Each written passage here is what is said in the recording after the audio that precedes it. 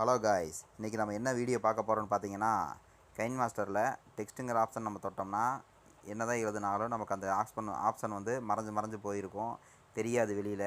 அதை வந்து நம்ம எப்படி இன்றைக்கி நம்மங்கிறத பற்றி தான் நம்ம பார்க்க போகிறோம்.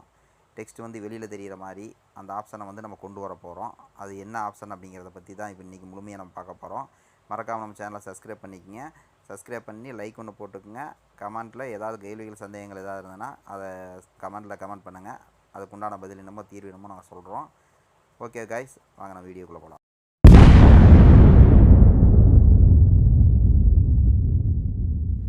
கைஸ் வாங்க நம்ம வீடியோக்குள்ளே வந்துட்டோம். கைன்மாஸ்டர் ஓப்பன் பண்ணிக்கோங்க. ஓப்பன் பண்ணனையுமே உள்ளே ஒரு இமேஜ் ஒன்று எடுத்துக்கங்க. இமேஜ் ஒன்று எடுத்து வச்சுட்டு டெக்ஸ்ட்டுங்கிற இது தொடுங்க. தொட்டனையுமே உள்ளே வந்து இப்போ பாஸ்கரனுங்கிறத நம்ம எழுதுவோம். நம்ம என் பேர் பாஸ்கர் அப்படிங்கிறனால என்னுடைய பேரை நான் எழுதி பார்க்குறேன்.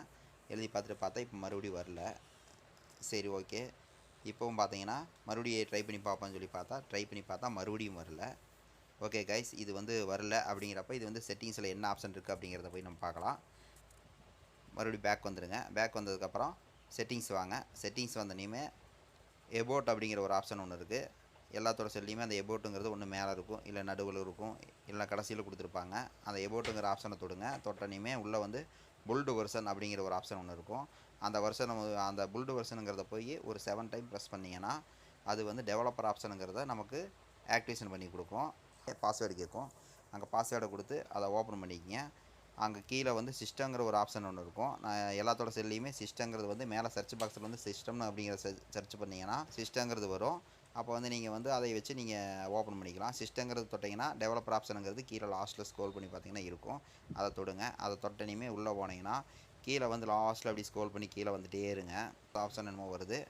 அது என்னென்னு பார்த்தீங்கன்னா ஐ டோன்ட் கீப் ஆக்டிவிட்டீஸ், அதுதான் அந்த ஆப்ஷனு. அது வந்து ஆக்டிவேஷன் இருந்ததுன்னா அதை ஆஃப் பண்ணுங்கள்.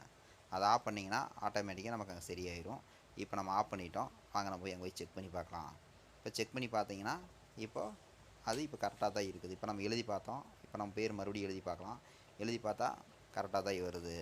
ஓகே கைஸ், நம்ம அடுத்த வீடியோவில் பார்க்கலாம். தேங்க்யூ.